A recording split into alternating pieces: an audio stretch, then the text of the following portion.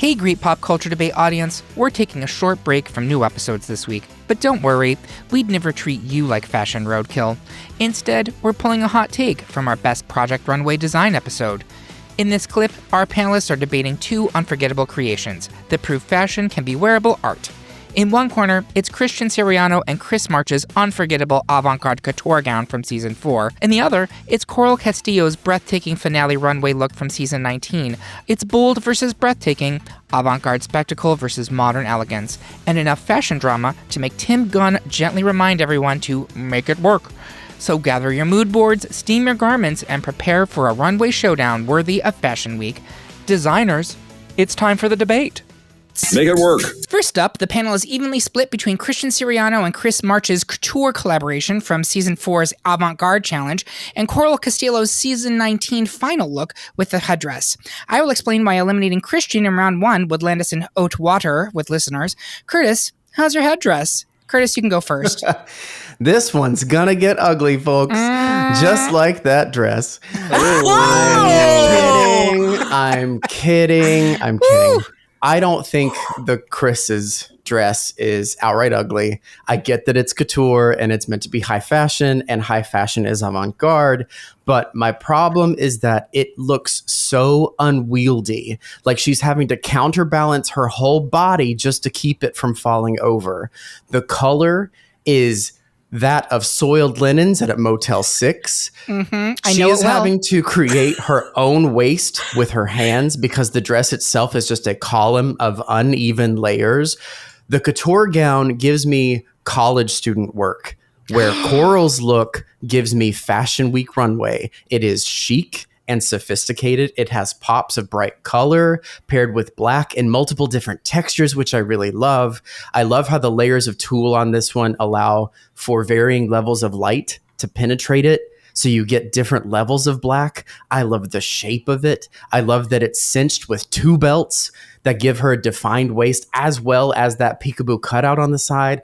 I love the asymmetric headdress that doesn't look overly heavy but still makes a statement.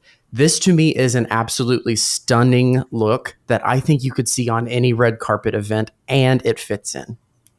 So here's the first thing I'm going to say. Coral's look is gorgeous. Coral killed that finale. It was a very competitive Season 19 finale. And I look at that and it is, if you put those two side by side, which by the way, great moment to mention, we will have all of these looks on our website, greatpopculturedebate.com. They'll be embedded right in the episode page for this, so you can go ahead and see them. Coral's piece, if you're looking at them side by side, stands out. It is all of those things that Curtis just said, and it's stunning. It is a well-designed look, whereas my argument here is what Chris and Chris did is art. And so I think by modern standards, this dress lacks the impact that it had when Season 4 first aired. I call it the Godfather effect, where so many other works subsequently have been so heavily inspired by this dress that if you're coming to it originally later in life, you're just like, to borrow a Michael Korsism, underwhelmed. But I truly do not think we'd seen anything close to this ambitious and avant-garde on the show up to this point. The ruffles on this were, I believe, all hand-sewn.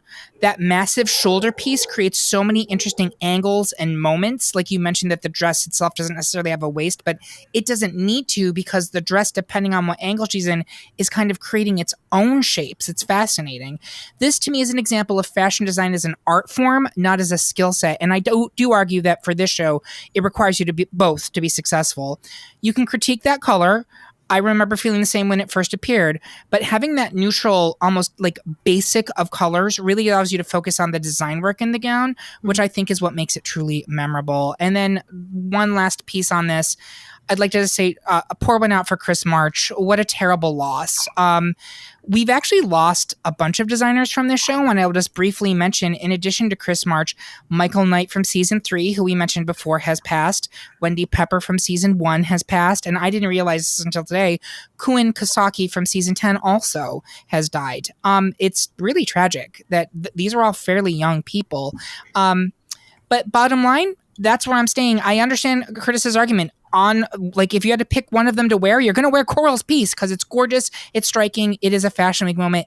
But Chris and Chris's piece, I think, is a critical moment in Project Runway history, and it set the bar for so many other people.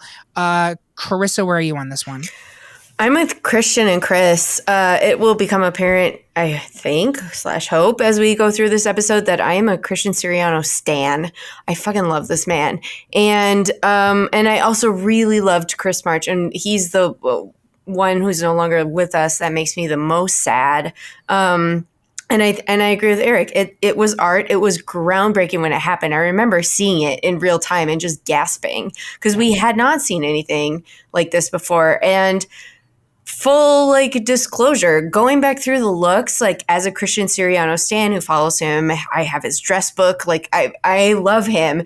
The stuff he made on the show, not that great. Like it's just nothing is all that standout. And this was the most standout of his contributions to the show. But I also think in the same breath that we can say he is the most successful contestant who has ever been on the show. So I think him not being represented beyond this initial round is a travesty.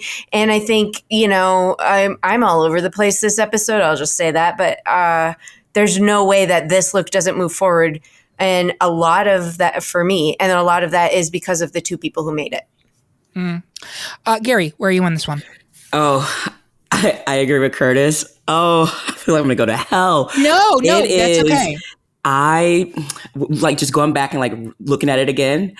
I think I hated it more. Like, I hate it more now. I love this. Oh, I love it. It is just, it does something to my eyes. Like, I just don't like looking at it.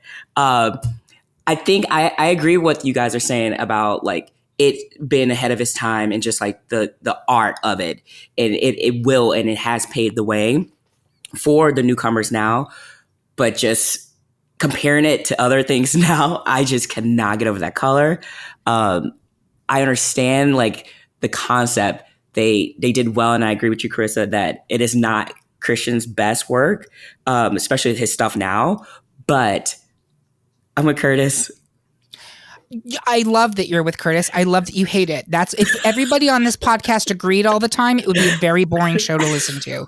So, Curtis, are you sticking with Coral here? Yeah, it's just, oh God, it looks so, it's like dowdy and yes. That's okay. I'm sticking with Coral. You're sticking with it. So that means we have a tie, and we do not have seeds this episode, which means we go to the rotating tiebreaker. And guess who gets to break the first tie? It's me. So, sorry, Curtis and Gary. I know you hate my guts. I'm fine with it. Talk to my mother. I'm fine too. Yes. So we will be pushing forward Christian into round 2. Before we move along, I would like to check in with Michael Kors, our fashion correspondent for this episode. Michael Kors, who do you think the girl is who's wearing the Christian/Chris look? MC Hammer meets vampire pregnant witch. Thank you, Michael. That was very insightful. So I do have a question, Eric. Yes. And you may not know because I don't like. I love Michael Kors. I've watched that Isms video multiple times. One of them that he says is a tornado of toilet paper or something along those lines.